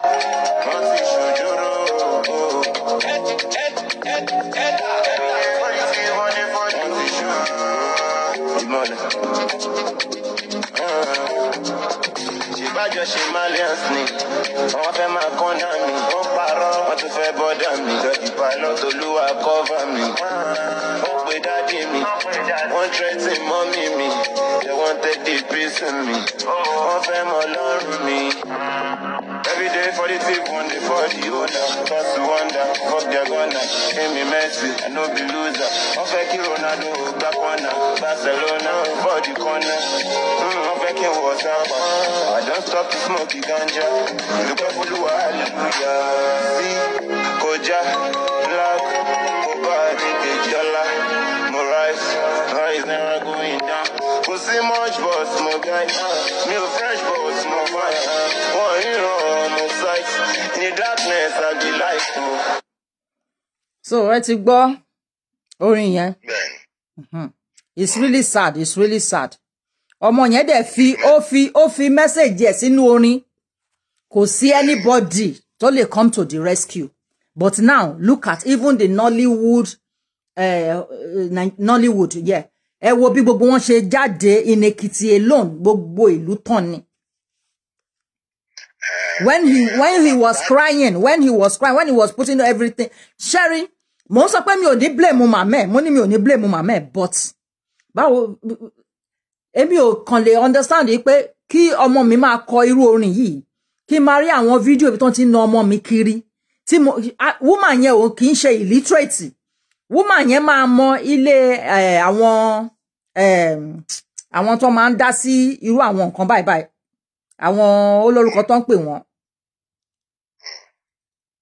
rántí orúkọ yẹn sà, olórúkọ tó ń pè àwọn tí wọ́n máa ń fojú sí when you are having problem at home or you are having problem with anything. There is a name they have it in Nigeria. Àwọn ò fi bẹ́ẹ̀ ní social security system ní Nigeria. No, wọ́n ní èyí tí mo fẹ́ sọ yìí mi ò kàn rántí orúkọ yẹn ni. Okay. Ó ní bó ṣe máa ń pè wọ́n àwọn náà máa ń when something is not right, either ọkọ àti ìyàwó ń jà ni o, they go there. Ó máa treat ọmọ ni o. You know, you can be reported to this organization. Yeah. So, ṣé àwọn yẹn ò kì í gbọ́ irú orin Sherry? Ó kàn pé mo máa ń gbàdúrà kan pé kọ́lọ́ má jẹ́ kí Human Rights Office. Thank you, Mr. Oyebamiji. Human Rights Office. Wọ́n ní ní Nigeria because I also watch them. Why did that woman not go? Wípé pé ọkọ òun ò jẹ́ kí òun súnmọ́ ẹ mú sùúrù sà. Ọkọ òun ò jẹ́ kí òun súnmọ́ ọmọ òun, and I fear that this boy is being tortured emotionally, psychologically. He's been extorted financially. He's been abused, even sexually, because all these things we are talking, you see, Sherry gbogbo àwọn nǹkan tó ń ṣẹlẹ̀ láàrin àwọn is it Malians, all these places. Wọ́n lè máa bá gbogbo àwọn boys yẹn sùn. Wọ́n lè máa bá gbogbo àwọn boys tẹ́ ń rí yẹn. Tó máa kó only boys sínú ilé. Only boys ni boy Malian yẹn kó sínú ilé. Wọ́n lè máa bá wọn sùn. And all those things is torture. Torture ni gbogbo nǹkan yìí. Báwo ni ìyá yẹn ò ní rí gbogbo nǹkan yìí tí ò dẹ̀ lè, kó lọ sí ọ̀dọ̀ human rights organization. Kó tiẹ̀ cry out. ṣé poverty náà ni ṣé illiteracy náà ni. That's all I can say because mo tá bá sọ pé à ń sọ̀rọ̀ nípa society wa a gbọ́dọ̀ exclude this illiteracy and this religious angle that deadens everybody's brain. Now, this thing deadens people's brain because their actions are usually wrong actions. See, nǹkan tó bá ṣẹlẹ̀, ẹ wo criminal offence sí nísìnyí, ẹ wo àwọn responses tá à ń rí, point sí wípé a lot of responses are talking about the death itself and what surrounds the death. Yeah, they are just talking about the boy's property. No feeling for the boy. So no feeling at all for the boy. So that any issues, he wouldn't even think about this human rights thing. So wrong. He wouldn't have thought about it.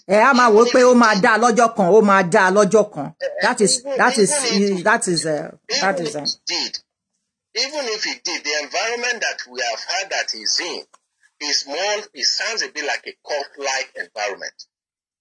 Now, when you have a society that is downtrodden, because the entire society is downtrodden, because there are incidents, one here, two there, another one here, another one there. I do pity this man called Hamzat, because he is there seeing all these things going on. He knows in his own mind that society is rotten. A society that is rotten, you are bound to see all these evils. These evils are inevitable in a society that is downtrodden. And a society that talks about Jesus Christ that they don't know as the savior from their own mistakes. The way Christians is so irritating. We have seen the pastor talking rubbish out. Some people saying that all this rubbish talk.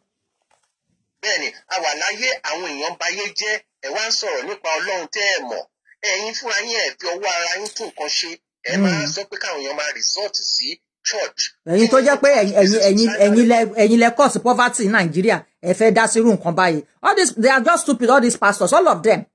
They should close their mouths. They are part of this mess that we are in Nigeria. They should close their mouths. What has happened is that Kakaki Omoye could help without necessarily making a complaint beyond total complaint, music. We would have had some people approach him privately. Awata Soros in Nigeria, so we couldn't have approached him any privately.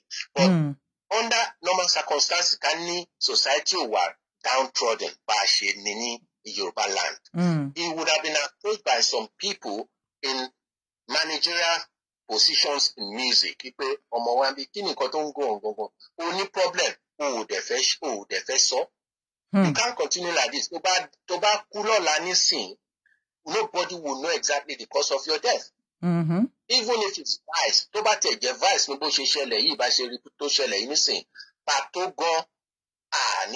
because there will be so many suspects. Take part all of them have become complicit to the crime itself. Now, but the society is still rotten even while this man is in jail. Nobody in jail after 7 to 8 years, I'll be 10 years in jail. The society needs to have been better when they come out, but it isn't. Because man, it all hotel. See, Adegoke, town so wrong by anything. Reform hotel rules. The same, the rules to ban our hoteliers in Yoruba land hasn't been changed or modified or revised. So, situation to surround boy from our marketers to our managers to our label houses. There is no rules. Everybody is just using the rule of thumb to operate something that is very serious. And some others a tún rí fídíò Naira Marley.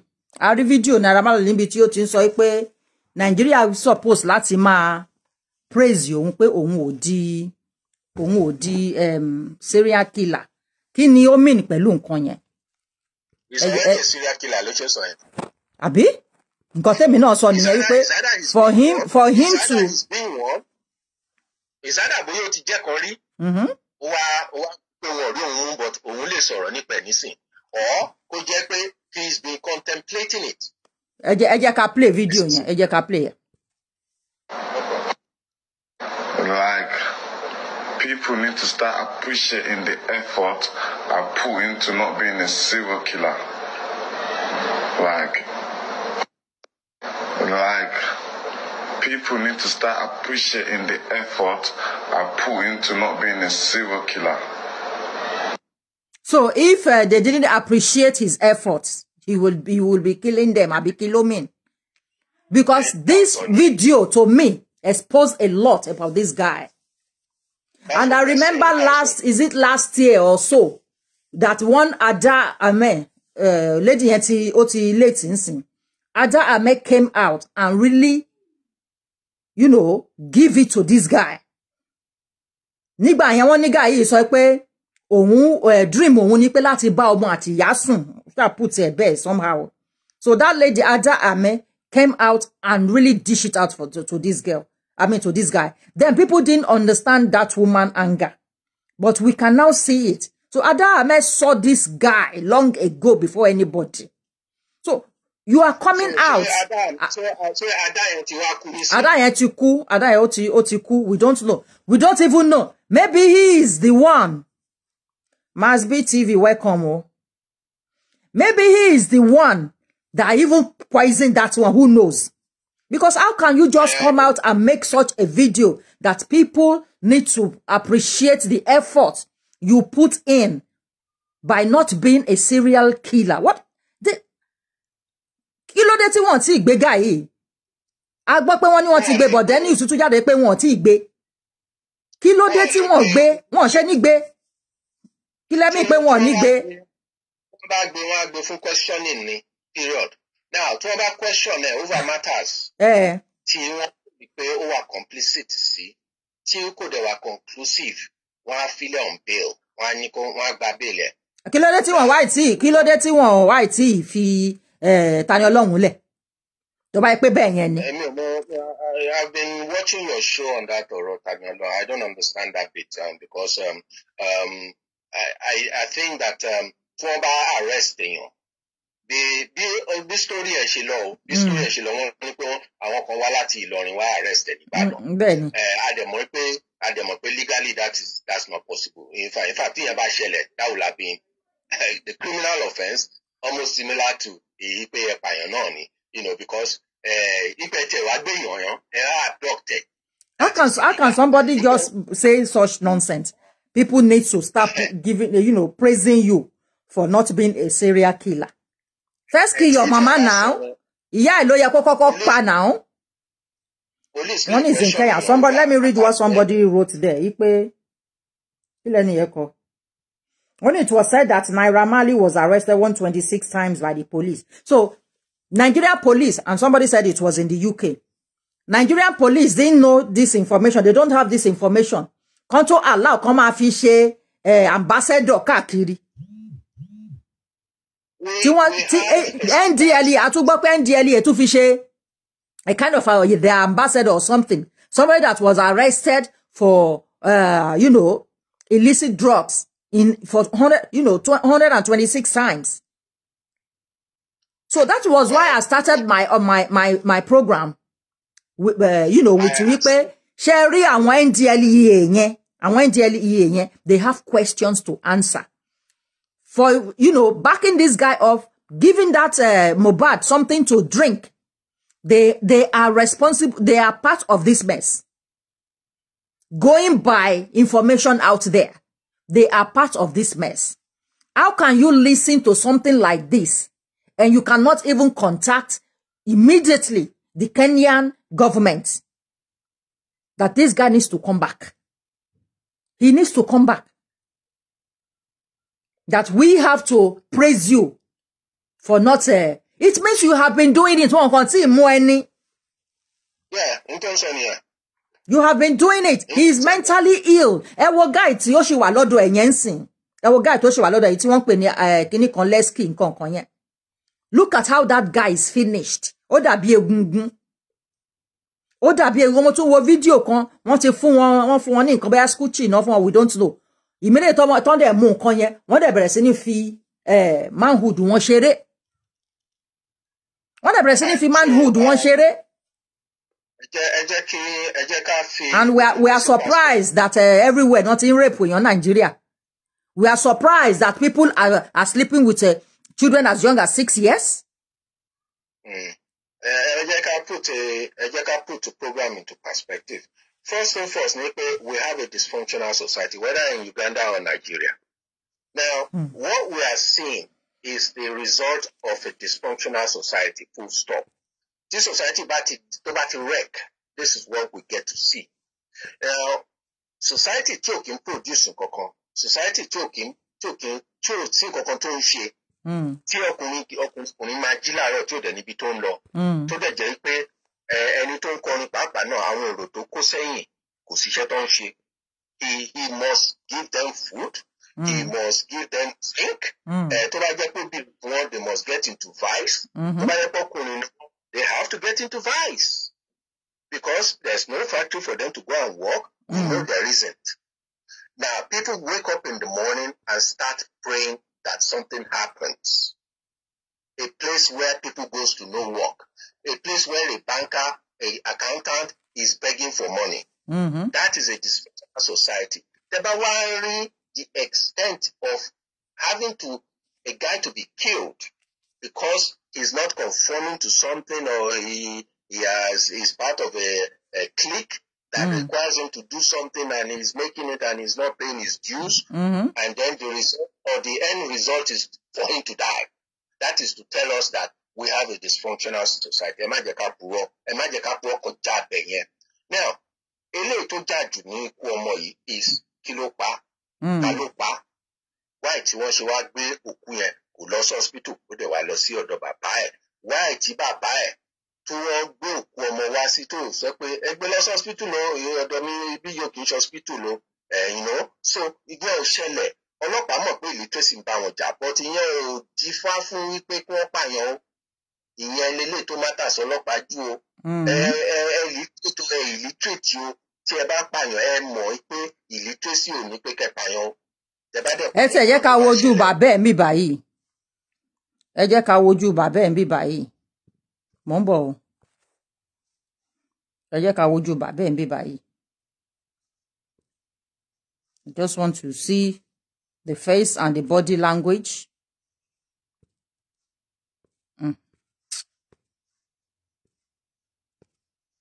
Mo ń bọ̀ o. Ẹ jẹ́ ká wojú bàbá ẹ̀ mi báyìí.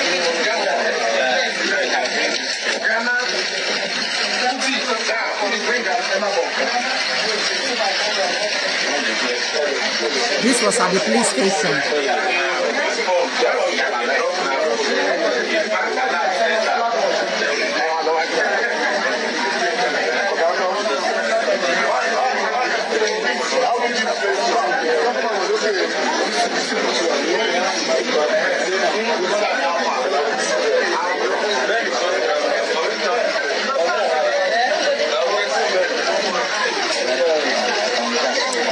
Fídíò ni àwọn àgbẹ̀ sí ọ̀dọ̀ bàbá ẹ̀ lọ́tẹ̀ wo bàbá ẹ̀ bẹ̀.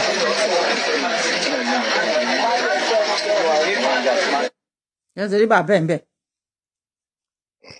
So, in tí police station yẹn, my quick response to interview yẹn ni wípé police station gan kò sí orderliness, èèyàn bíi mẹ́ta mẹ́wàá ló sọ̀rọ̀ at the same time. Police station kì í ṣe èèyàn mẹ́rin máa sọ̀rọ̀ at the same time. Everybody máa gbẹ́nu wọn dákẹ́ ni police officer ló máa sọ pé ìwọ́n ti ẹ̀ dìde ó fẹ́ béèrè ẹjọ́ lọ́wọ́ ẹ̀. Mi ò dẹ̀ fẹ́ gbọ́ ohun kankan ní police station yìí apart from ẹni tí mò ń béèrè ẹjọ́ lọ́wọ́ ẹ̀. Now, we have a society that is dysfunctional. I keep saying that. Tábà ti return sí idea pé a ní dysfunctional society, òun ló jẹ́ kí a wà ní police station kí èèyàn mẹ́wàá máa sọ̀rọ̀ at the same time. Now, even àwọn tá à ń wo fídíò àmẹ́ni tá à ń gbọ́. Báwo wá ni police officer ṣe wá ń gbọ́ ẹni tó ń béèrè ẹjọ́ lọ́wọ́ ẹ̀? Ẹni tó wá fẹ́ béèrè ẹjọ́ lọ́wọ́ ẹ̀ ní àmà dùn wípé pandemonium ti setting níbí Ọlọ́run ti bá mi ṣe ẹjọ́ kankan mi ò ní lè answer query kankan bí because the whole place is chaotic. This is a dysfunctional society when it comes to that. Until tá a bá bẹ̀rẹ̀ sí fún àwọn èèyàn ní public education, not formal education as in school, but if tí wọ́n bá wà ní public, this is what is expected of you. Tó bá wà ní public, tí ó dàgbà ẹgbẹ́ pé wọ́n harass ẹ, this is what you're supposed to do. That is the sort of public education tá a need lórí social media. Bóyá àwọn mainstream media ní Nigeria, they are not into educating the public. I can see that is not happening. But on the social media, I think we need to be educating people as to what you should do to find out ní tight spot. Whether music star near you, whether ordinary ìyàwó ilé near, we see a lot of women handling that area. To that in the violence, this is what you should do. But when it comes to this public affair, this is the corporate environment because business wọ́n ní àwọn labels tó jẹ́ pé wọ́n lè handle, wọ́n lè take care àwọn tí wọ́n sign up. Ẹ sign èèyàn up, ẹ̀jẹ̀ ń rí wípé ó wà under pressure, ẹ sẹ́ni tó come to aid. Because under label corporate operate. So even in Naira Marley, even though he is a criminally minded person, the police would have catch up on him on time because they will have made him an example. See others from play vice within the music industry. Now, gbogbo tó ń sọ yìí nísìn, ìsàlẹ̀ bóyá wọ́n lè ti mú fún questioning. One is out of town, out of the country. So ó lè bail out òun náà ó wá ti mọ̀ tó bá yẹ pé planned killing ni planned murder ni òun á ti bail out kó tó di yẹn kò ní fẹ́ kó wà town ní town tí bọ̀ yìí máa pass away. You understand? But what happened when the guy died, by not being taken to the hospital, that allows the policeman to find out who drove him to his papa house. Tani èèyàn mélòó ló wà nínú mọ́tò tó gbé lọ bá bàbá ẹ̀ ní ilé, in order for Baba to receive it and then for the Baba to continue to do the burial. So initial ṣé rí àwọn story ẹ̀gbọ́n nǹkan tí kò ṣe lọ létí mi. Bàbá yẹn ní wọ́n send 2 million, pé Davido send 2 million naira sí òun. Wọ́n fún òun ní 1 million nínú owó yẹn. You understand? Láti fi bury bọ̀bọ́ yẹn. I don't understand. You see, this thing is just wà somehow sétí ni. Tí àwọn tó wà ní society ti rí wípé society is dysfunctional. Rí pé àwọn criminals. You understand? Láti gbogbo gba election láti rí gbogbo ohun tá à ń sọ̀rọ̀ ń pẹ̀ yìí o tó máa mú criminal kan bọ̀ nítorí pé criminal yẹn ti rí wípé àwọn tó fẹ́ question wọ́n wà disorganized. Ẹni tó wá fẹ́ question àti wá bẹ̀rẹ̀ sí bùkà. Ṣé n get me? Now, ọkùnrin tá à ń pè ní Popsi yìí nísìn. Rí wípé sọ̀rọ̀ ikú bọ́ọ̀ yẹn. All of a sudden, ó ti sáré switch over wípé Davido fún òun lówó bẹ́ẹ̀rẹ̀ àlọ́mọ ẹ̀. Nígbà ọlọ́mọ kú nígbà ní Davido gbọ́npẹ̀. Ṣé Davido wà surprise wípé kí ló dé tẹ́ fẹ́ lọ sí all of a sudden pé kí ló pa ẹ̀yẹ fẹ́ lọ sí kò béèrè. Ó tẹ̀ ṣe jẹ́ pé Davido ló máa fi owó lẹ̀ fún bẹ́ẹ̀rẹ̀ àlẹ́ gbóhùn tiẹ̀ ti jẹ́. Ṣé you understand me? So gbogbo nonsense yẹn is like. Oh God. I'm a bẹ̀rẹ̀ ètò yìí again lọ́la also because we need this thing is just irritating. Kò yé yín? Ó wà irritating. And for the last question tí mo fẹ́ bi yín, nǹkan tí wọ́n ń ṣe fún Tani Olohun ní àmọ́ pé ní ẹ̀ follow nǹkan yẹn o, but ṣé ó normal ní pé ká mú èèyàn torí pé èèyàn ya ìwé àbí torí pé èèyàn bú èèyàn kí ṣé ó normal nǹkan tí àwọn tí ó ń ṣẹlẹ̀ sí Tani Olohun yẹn ṣó normal ni? Kò normal in the sense that pé ṣe rí bẹ́ẹ̀ ṣe sọ lórí ètò yín pé tí èèyàn bá lọ fi owó ẹ̀ ra publication ní bookstore tó wá délé tó wá fàyà the fact pé wọ́n pè wé kan ní Koran kò mean anything sí publisher. Publisher àmọ́yé ìwé tí publisher ń print on a weekly basis. kí ló kàn wọ́n pẹ̀lú Quran ẹ̀yin ẹ̀kan máa ọ̀dà ní pé 200 Quran lẹ́fẹ̀ẹ́ so ìwé is ìwé as far as the publisher is concerned àwọn tó ń gbẹ̀sìn sódì ìyẹn nílẹ̀ Yorùbá là ń sọ o àwọn ni wọ́n sọ ọ̀rọ̀ Quran di nonsense tó ti yé yín because ẹnìkan lọ ra Quran ó ra Bible ó ra whatever ó dẹ̀ délé tọ́ ọ̀dọ̀ wò pé wrong book ni mo rà mí dẹ̀ lè dá padà mo tẹ̀ wù mí láti jó because mo ní fetish behaviour kan mo kàn fẹ́ wo ìwé tó ń jó ni that is up to me because wọ́n lọ fowó rà bẹ́ẹ̀ wọ́n lọ fowó rà bẹ́ẹ̀ who cares bó bá jóná bó jóná ó possible gan kó lọ jù sínú toilet tàbí ṣáláńgá kò kọ́ nobody so what is happening in the Yoruba society is that we are now becoming seriously dysfunctional to the point tó jẹ́ wípé gbogbo nǹkan la fẹ́ hinge on Christianity and Islam. Tí àwọn èèyàn bá commit offence tí wọ́n lọ mú ẹni tẹ́ ń sọ yìí ní Ìbàdàn láti Ìlọrin wọ́n mọ̀ pé kò sófin ní Ìlọrin lọ́ ṣe lè wá gbé èèyàn ní Ìbàdàn nítorí pé Ọ̀yọ́ state wọ́n ti rí wípé kò sófin bẹ̀ yẹn náà ni. So à ń lọ from one state tí ò lófin à ń lọ sí another state tí ò lófin láti lọ gbé èèyàn. So nígbà táwa lọ gbé èèyàn yẹn nísìn kò yàtọ̀ sí pé ẹ abduct èèyàn. That's all what tọ́mọ máa charge àwọn tó lọ gbé yẹn tọ́mọ máa charge àwọn tó lọ gbé nísìn abduction ló máa mú. Bẹ́ẹ̀ni anyway yes nítorí pé society wa functional òun ló jẹ́ kí irú kéèsì kó lọ kó wá di ọ̀rọ̀ yánkanyánrin tó jẹ́ pé ìdọ̀tí ọ̀rọ̀ gọ́tà dọ̀tí ni ọ̀rọ̀ Tani Olohun tẹ̀ ń sọ̀rọ̀ pẹ̀ yìí ọ̀rọ̀ gọ́tà dọ̀tí ni because originally from the source wípé ẹ lọ láti one state to the other láti lọ gbé èèyàn yẹn wá sí Ìlọrin is illegal wípé court kankan àbí police station kankan tẹ̀ tí wọ́n lè accept n tẹ́ ẹ ṣe as okay that is even extra criminal offence. Okay sir.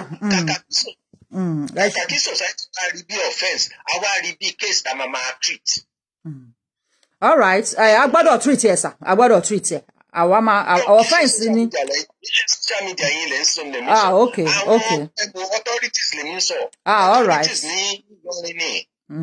Okay sir. Yes. A máa continue ẹ ṣé sir. A máa continue ní ọ̀la torí time kí nǹkan yẹn mo ń try my best kí nǹkan mi má máa gùn jù because a lot of people are complaining that it's too long so mo ń try my best ni so a máa parí ètò yẹn sí ibi tí ó dé yìí a máa bẹ̀rẹ̀ ní ọ̀la tó bá wù wọ́n kí wọ́n jẹ kí wọ́n pa Tani Olohun kí wọ́n jẹ but ẹ jọ̀ọ́ ẹ̀yin ọmọ Nàìjíríà it's not that when somebody dies before we people start coming out and be shouting and be justice and be now àti accept wípé bọ̀bọ̀ yìí ti kú and we know we are going to have justice for him but we do not have another Mohbad we do not want another Mohbad in Tani Olohun. Nollywood people every Nigerian see that there is another injustice going on now on somebody called Tani Olohun. Not that after that one died everybody will start be trooping out and be shouting justice for Tani Olohun. Do justice now when Tani Olohun is alive. Do justice now. You know, fight for justice now that Tani Olohun is still alive. So, we pray that Mohbad's soul will rest in peace. We do pray. Ó dùn èèyàn gan ó dùn àwọn èmi gan tí mi ò mọ̀. There are some I didn't even know that òun ló kọ gbogbo àwọn orin tí mò ń gbọ́. Mi ò mọ̀ pé òun gan ló kọ ta ló sọ pé kò pọ̀ kẹ́ torí orin yẹn rè ní gan. OPP ó pọ̀ pa. You know, mi ò mọ̀ pé òun ló kọ orin yẹn. It was after his death mo ṣẹ̀ṣẹ̀ wá rí pé ọmọ yìí mà ní talent o. Ọmọ yìí tiẹ̀ ló kọ gbogbo àwọn orin yìí. So we pray that his soul rest in perfect peace. A dẹ̀ máa bẹ̀rẹ̀ lọ́la but ẹ jẹ́ ká play eléyìí tí ó kọ bí báyìí ká fi parí ètò.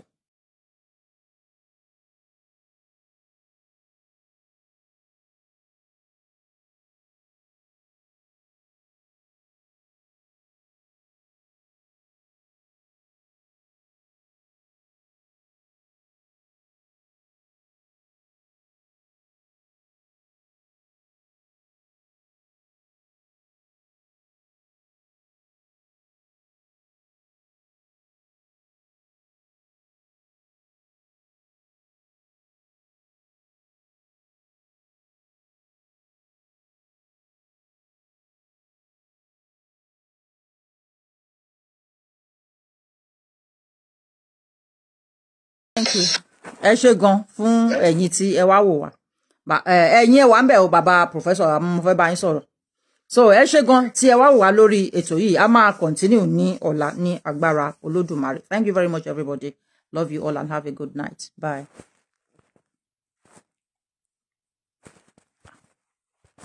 No one go. So sir, ṣé wà pa? Bẹ́ẹ̀ni.